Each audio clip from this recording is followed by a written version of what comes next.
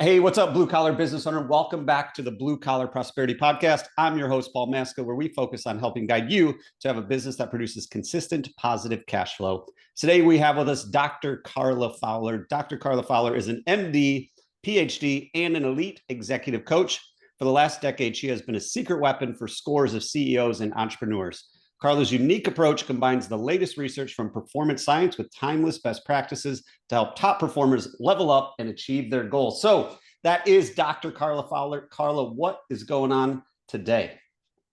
It is a beautiful morning in Tucson, Paul, and I'm really excited we're having this conversation. Awesome. I'm looking forward to it. Thank you so much for being here. This is definitely going to be one you guys want to tune into because I know, at least for me and my business, I know a lot of other business owners always kind of compare ourselves to sports teams and performance and all the things they do to be the best. And a lot of times we don't do that. So that's what we're going to dive into today, all of the expertise that Dr. Carla has. Before we get into that, though, how did this come to be? How did your whole entrepreneurial journey start really helping all these owners and leaders out there? Yeah, it's a great question, Paul, because I certainly did not set out as I was going into my MD and my PhD training with this idea of that I was going to be an entrepreneur, that I was going to start a business or really a practice that was a business outside of medicine. And I always growing up was definitely kind of a math science nerd. I like solving problems. Maybe that's actually the better way to put it. I don't think there was any chance I was going to become a mathematician academic, but and I think also some of the problems that were the most interesting to me were people and sort of performance problems. Like if someone wanted to be good at something, how is it that you set out to do that? Whether that was in the athletic realm or whether it was at school or even in social circles. I was sort of fascinated by, you're growing up, going through middle school, all the awkwardness, how do groups of people form? What are the power structures in those? So always pretty interested in that stuff. And I think took a medical pathway because for me, the idea of being able to use scientific problem solving to really help people was pretty appealing. And I very much enjoyed a lot of the learning I did during getting my MD. It's one of those unique career paths where at a pretty young age, they let you talk about pretty high stakes decision making with people. Usually we don't get to do that in a lot of job settings until we become the owner or until we, I don't know, you make VP, or director, something like that, right? And but in medicine, you actually have to learn how to do that and do that well pretty early. And so if there's a sense of foreshadowing here, it's intentional because I think what I ultimately realized as I was getting out into the residency part of things was that I really loved sort of thinking critically about problems. And I very much liked working with people around their decision-making, behavior change, how to work towards the goals they wanted. But I realized that I wanted to do it on a much broader spectrum than just within a medical practice. And so I also really liked, and I suspect maybe some of the audience can resonate with this, the idea of getting to actually run and have the autonomy of my own thing. That there are wonderful parts about being in a system, whether that's a corporate system or the medical system. There's a lot of the path laid out, but you also don't have the opportunity to have the autonomy that when you are leading a business, when you are thinking about it, you certainly have all the weight of the responsibility, but you also have the chance to do some life design to really think about not just having the business, but also to say, how do I want that to fit into my life? And I think I definitely felt that. And so took a really big leap, let my program know I was going to finish the year, but not return. And decided to build a practice that was behavioral, but certainly it was not a therapy practice. It was not a psychological practice per se. And that coaching was really the realm in which that fit. So I definitely took my science background and decided that that area of performance science, all the science we have about strategy and our mindsets and how do we execute in the best ways, like productivity, all of these things that sort of make that mix of human performance. I want to use that science and really connect leaders to it so that they could use it, apply it, and go after their goals. So that's kind of a long story, but how I ended up starting my executive coaching practice 11 years ago. Definitely, no one knew me in that field, so I was definitely starting at zero. And I've built the practice to today, and learned a lot. Had to go through a lot of my own lessons along the way. And I'm excited to talk about all sorts of, whether it's mistakes we make or principles that help. Totally excited to talk about those. Awesome. That is rather impressive to go through even just the process to get into medical school. And then you're like, no, this isn't for me. So kudos to you, because I know there's plenty of people out there listening to this that be like, they might have their business on the side and they're like, I really want to quit my job, but I don't know if I can do it. Like, you were all in, not just from a time standpoint, but from a financial standpoint, all the things you did. And then you're just like, no, this ain't for me. I'm out. So kudos to you. That's amazing. Let's dive into all of your expertise, the performance science, getting all our listeners out there to be better leaders, better strategists, better owners, and help them perform at a higher level. So you've been doing this for 11 years now. You have seen a lot of things, and you know, if I had to guess, what sets apart those really high performers with the ordinary Joe. What are some things, like traits, things that you've seen, picked up, learned about, that our listeners could take with them and be like, oh, that's how they do that? Yeah. Okay. So I think one of the biggest things, and it's great because we can do a little bit of myth busting, is well, there are certainly people out there who don't know how to work very hard. What I would say is, I suspect most of your listenership, everyone, they are working pretty hard. Work ethic, that discipline, that desire to make your business go, that is all there. And so one of the interesting things when I really look at performance that is a little counterintuitive is it definitely isn't always about working harder. And one of the key things that can be really difficult is actually to say, where do I need to take a step back and basically not do some work in order to allow me to do some thinking, planning, and focusing. In other words, number one, to figure out and continually check in with, what is it I want to have happen?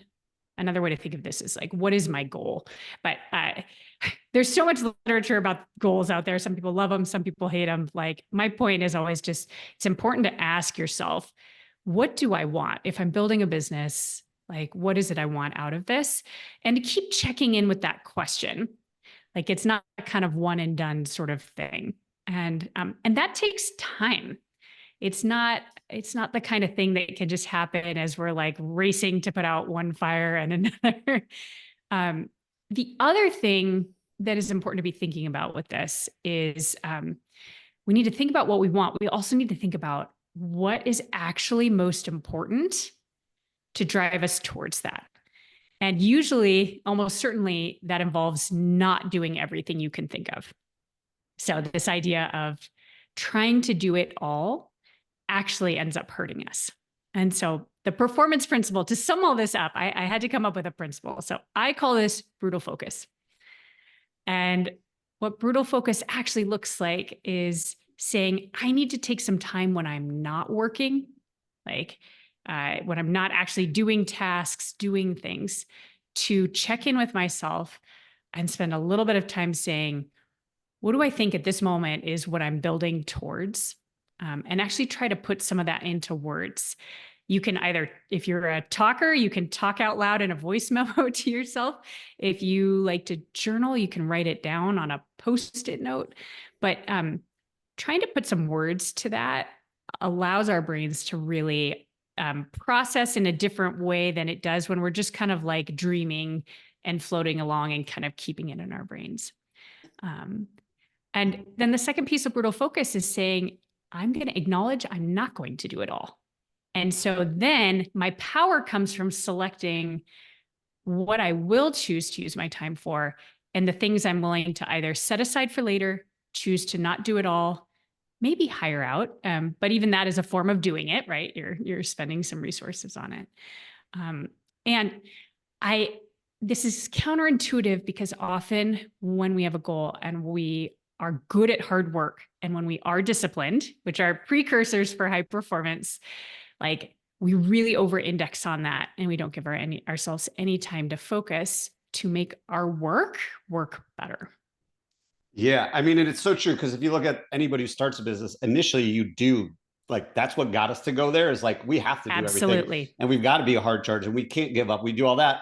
But then eventually that's like the biggest kryptonite because now it's like, okay, now we can't do that to actually get to where we want to go. So it's a constant battle, but I love like, a lot of things, but like the thinking time, it makes me think of, for anybody out there listening, the book called The Road Less Stupid. And he talks about having thinking time every day, because to your point, it reminds me of like school or you're at a conference and they're like, all right, we're going to give you 5 minutes to brainstorm whatever. And like for the first 2 minutes, you're just like kind of sitting there thinking, you might write down a little bit. And then by minute 5, you're like, man, time's already up and you're just going, because it does take time for our brains to open up and we start shutting off and stop thinking about the 10 fires we got to put out and do all the other things to have that time. It's just really hard to do because I'm just like everybody else. It's like, no, I need to do that. Versus sometimes you almost feel guilty of like not doing. So right. And I am here to absolve people of the guilt and to just say, this is actually one of the most important things that really can take your performance level up another level is like saying, I need that time to think, to plan, to organize, and to reorient and make sure I have some clarity. And like, a great example of some of the insights that might come out of that time that really make things better for your business could be, for example, I've worked with clients who were like sort of trying to like, business is good. This was a good thing for them, like lots of interest coming in, but they were just burning out, like trying to meet all the demand. And we spent some time just thinking about it and they spent some time thinking about it and they started to recognize a pattern of like, there were some clients that were just not good clients. Like the amount of effort that was getting spent to service that small percentage of clients was like way more than like the return those clients were producing. And like, this was an insight that came out of their thinking time when they asked themselves like, well, what is most important? And they were like, well, I actually don't have to serve every client. I just need to have enough of like coming in that are efficient enough or the margin's good enough that like I can build to this scale. And that was what freed them up to say, I'm going to stop servicing, this particular niche, or I can identify like and qualify a little bit who might not be the best clients for just the way my business is set up. So again, we don't know when we're going to get those insights, but if we create some space for them, like they do come over time. For sure. And I mean, I can relate to that. Owning businesses in the trades, a lot of times, like a lot of people just say, well, that's just the way it is. That's just the way it is. You got to deal with the general contractors. You got to deal with the remodelers. And to your point, you don't. Like you can build your business on the people you enjoy working with. If you love working for general contractors, cool, go do it. But if you just want to work with homeowners, then build your business to just work with homeowners and be a service business for your homeowners. But a lot of times we're talking to other people in the industry and they'll tell us, well, Carla, you don't know. That's just the way it is. And that's squashed so many dreams. It frustrates me. So moving on to like, that's a great, awesome first tip. Everybody out there, y'all need some thinking time. What are some of the biggest, so that's what we need to start doing. What are some of the things that we are doing that we shouldn't be doing? Some of the biggest mistakes that we need to take it to the next level. So we're going to go do this. And then we realize, probably shouldn't have done that. Great question. Okay. One top mistake that I see is often we think knowing something is the same as doing the thing. We all do this. And the challenge with this, often we think that there's like some silver bullet. We think there's some solution. So either we know a thing, and so we think we're doing it, but we're actually not doing it, or we're continually looking for some solution. We're like, there's a hack out there. There's something everyone else knows that I don't know that would just solve this. Instead of, and so we're sort of spinning our wheels on that, instead of actually taking an effective tool or habit or thing and actually just getting started on it and teaching ourselves how to do it consistently. So a great example of this is like training people takes time. And there are some good tools one can use. Like, Paul, I feel like I heard this came up on one of your episodes, like use your training and make a training video while you're on an iPhone, like while you're doing the training. Like there's great tools for that. But in the end, like as you're teaching people like how to come on board with your business, it just takes time. There's like, it is rare that you can hire a person who shows up on day one and can read your mind and knows exactly what you and your business and your customers need. And so these are things where I recommend what I call like my 90-90-90 perspective. And this is anytime you're trying to start something new, ask yourself, am I waiting around for a silver bullet, or do I actually know what to do and like how I could get started on this? Because a lot of the learning takes place while you are actually doing it. And that it's not that you're going to figure it all out and perfectly orchestrate it before you start. And then you're going to start and it's just going to go perfectly and seamlessly. Like most businesses, it's just a little more messy than that. And so the 90-90-90 perspective, I look at this and I say, you know, as you're starting into something, there are many ways it could be successful and that you could ultimately sort it out. But there are actually only a few places where we fail in performance. And so the first 90 refers to the fact that one of the ways we fail is like 90% of the time we just don't start. We could start today, but we don't start today on that thing that would help improve how the business is going, not maybe immediately, but needs to happen for it to scale, for us to free up more time for ourselves. So that's the first place we all fail. We don't just get started, as messy and imperfect as it is. So identifying what those first steps would look like and just doing them. All right. The second 90, where we can fail. And this is, so we got started, but then like 90% of the time, we don't keep going with it. You know, it might be like we tried to delegate off some things to someone else and it didn't go very well on the first, like we did it for about a week. And then we're like, okay, I'm just going to take that task back. Like like they can't do it. And the 90 is that the second 90 is that we have to keep going with something. There's a certain period of time where we're just like getting the habit of it, of sort of saying, I just need to gather some more data about how this is going. And that is going to require that I do it more times than just twice. So that's that second 90. And then the third 90 is that, okay, so let's say we start, we keep going. One of the things we need to know is that if we've gotten the habit and it's sort of going okay, what we don't want to do is just stick with that and say, well, this is as good as it could get. So eventually we do want to iterate and improve. And so that third 90 is to say, all right, we've sort of built something that's kind of working. And then often we just leave it. And we're like, well, that's as good as it's going to get.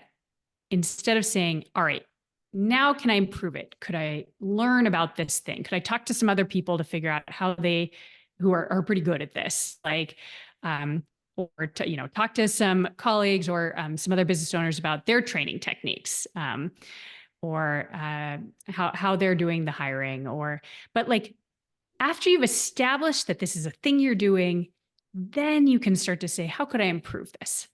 And the reason I actually leave that for the third 90 and why there is a second 90 in the middle is because if we try and improve and perfect things too soon, we often just get super discouraged, and it kind of goes back into like category one of like, all right, we're just not doing that, or I'm taking that task back. Or so this is the 90-90-90 perspective, which is there's only a few ways that we actually fail.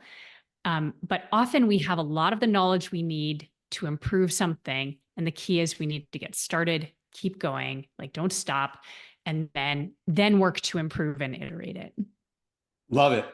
That is phenomenal insight and super simple, guys. I mean, if you do the math, me being a math person, like you do those three things, you're in the top 1% of everybody in the world, because we've all been there. We don't start something and we always say, well, when I get there, or once we as a company do this, we're always just kicking the can down the road. And to your point, training, when we're growing a team, a lot of times we're like, well, I just need one more really good hire that I don't have to train, and then I'll start training everybody.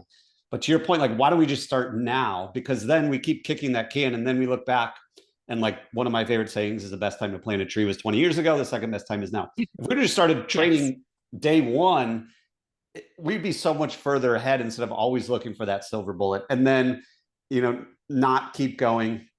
It's really easy to, you go to the gym for 3 weeks. You're like, well, I'm not a bodybuilder. So it doesn't work. I'm out. I quit. Gym's not for me. We'll make every excuse.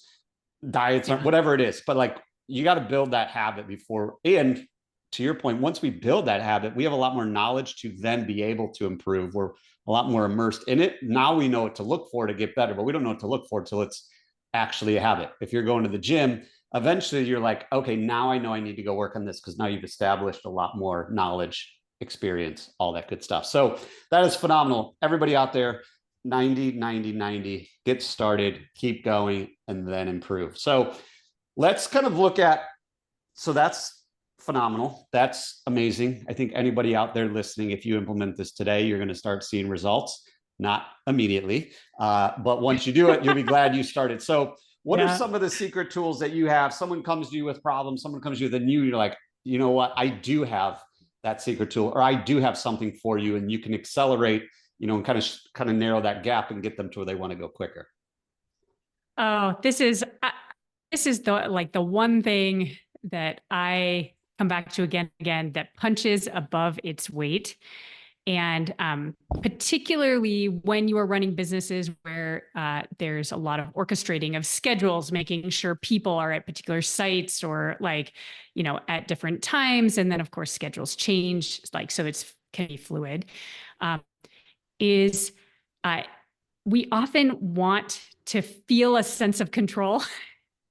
It's part of what makes our brains feel happy as human beings. We don't like uncertainty. We don't like to feel out of control. Of course, control is an illusion, but it's an important illusion.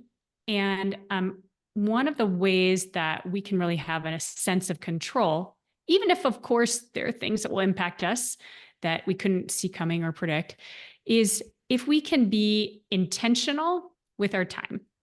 And I have found that my one secret tool that I end up talking about with almost everyone is having some planning time. That even like a half an hour of time to plan and look a few weeks ahead, both with what's coming up, what needs to be coming up. Like, for example, if you're like, we need to start booking into, the next month or two, that to get our brains oriented and to take a step back, see the whole picture in terms of the logistics. I know earlier we were talking about having some time to think about what you want, what might be most important. This is much more operational. It's much more logistical, but taking some time to look at the week ahead and ask yourself, is it realistic? To look a couple weeks ahead and say, okay, how are things shaping up so that I can build realistic weeks going forwards? So you're basically setting yourself up for success and proactively acknowledging if things are evolving in a way where you could still improve them if you communicate, right? Like if you can proactively reach out, whether that's to needing some extra employees to come on for extra work, or even if it's around communicating with your customers to, change plans if plans need to get changed. This is all stuff that works much better proactively than like last minute. And it's part of how you set up owning a business to feel less like you are at the whim of the call that happens last minute. Now, that's not to say you're not going to take the calls when they come in, whenever they come in. But when you can set things up for success, think a little bit about what margin is needed, even as you have to adapt and shift things, which you will. Planning time does not mean that the universe then exists at your will. But what it does is it gives you the ability to actually say, what do I think we can accomplish, and have a much higher success rate at accomplishing that, as well as saying that many more things can go to plan because you had a plan, and other things will move, but it is a much smaller fraction of them. And I call this a mental health exercise. And so many people might not connect the things, but I have found that much of what makes people feel differently when they're owning their own business and when it's sort of crazy, they feel better when they have even 30 minutes to do this exercise once a week, to set the stage, even if they're going to have to improvise, even if they're going to have to be agile later, that generally their mental wellness is much higher and their sense of having control is much higher. So that is like the sort of unsung hero of I think sort of mental wellness as a business owner is like giving yourself that space.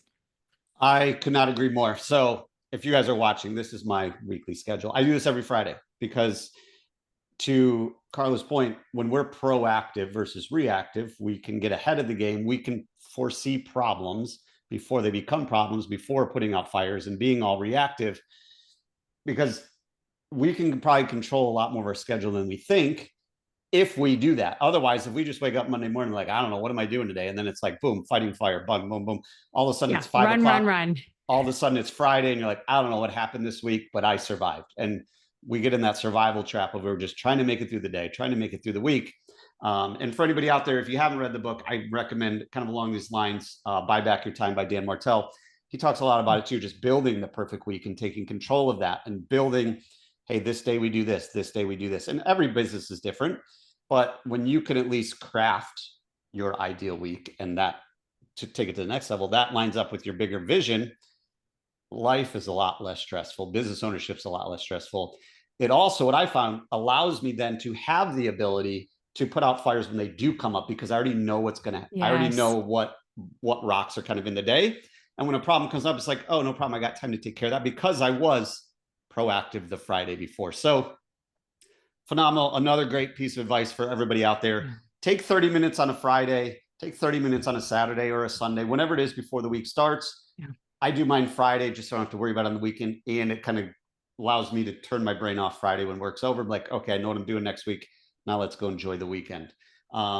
With all the things we've talked about, Dr. Carla, we're starting to put a bow on this conversation and wrap it up. We've talked about some of the mistakes. We've talked about some of the things we can do.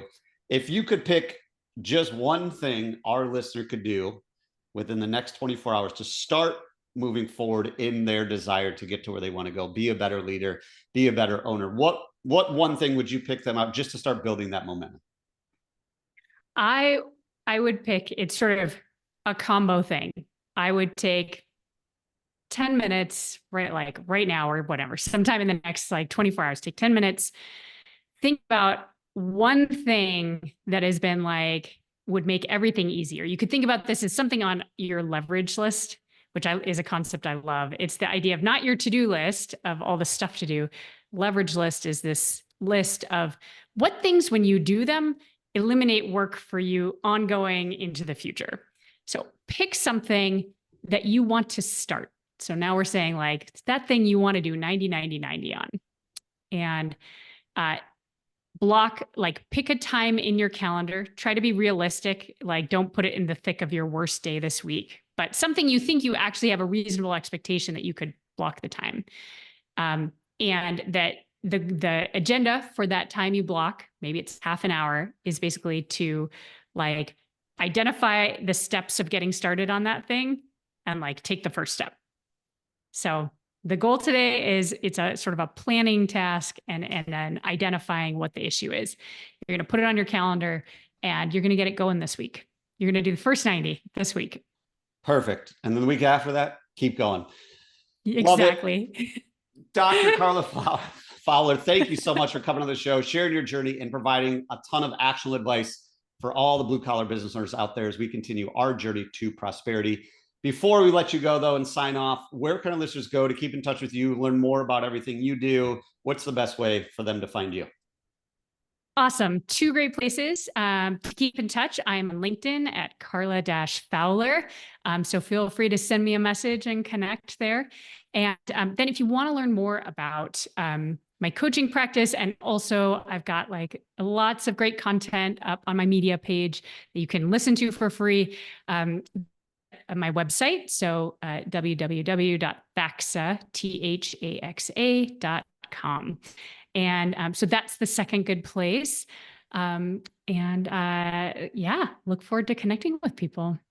Awesome, guys. Go to thaxa.com, THAXA, to learn more, consume more content, and most importantly, once you do, take action on that. Carla, thanks again for coming on the show today. Really appreciate your time. You are so welcome, Paul. This is great.